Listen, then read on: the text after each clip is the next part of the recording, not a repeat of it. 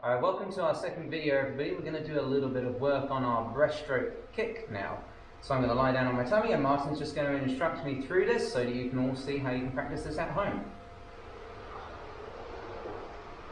Okay, the toes are nice and pointed and relaxed. You're going to bring your ankles up, you're going to point the toes outwards, and then you're going to push around and point the toes and relax. Okay, we'll do that the second time.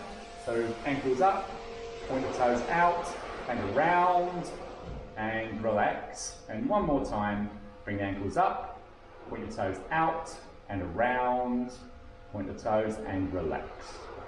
We've got a variation for doing our breaststroke kick here. Instead of lying down, we're going to be standing and using a wall.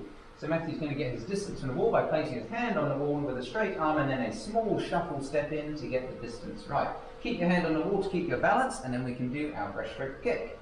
Just skimming that foot down the wall as he goes around the side, and we'll do 3 of those. So you come up, flex the toes, go around, skimming the wall back to the middle. One more. Whoa. There. Moving on with our breaststroke, we're going to use our arms now. We're going to be over the side of a bed or a couch. We're going to get our shoulders just over the edge, and we're going to bring our arms up in front of us, and we're going to pull gently down towards our bed. Once our elbows hit in, we pull them together and push them forward. And we'll do one more, pull back and push forward. And final, and forward. Excellent.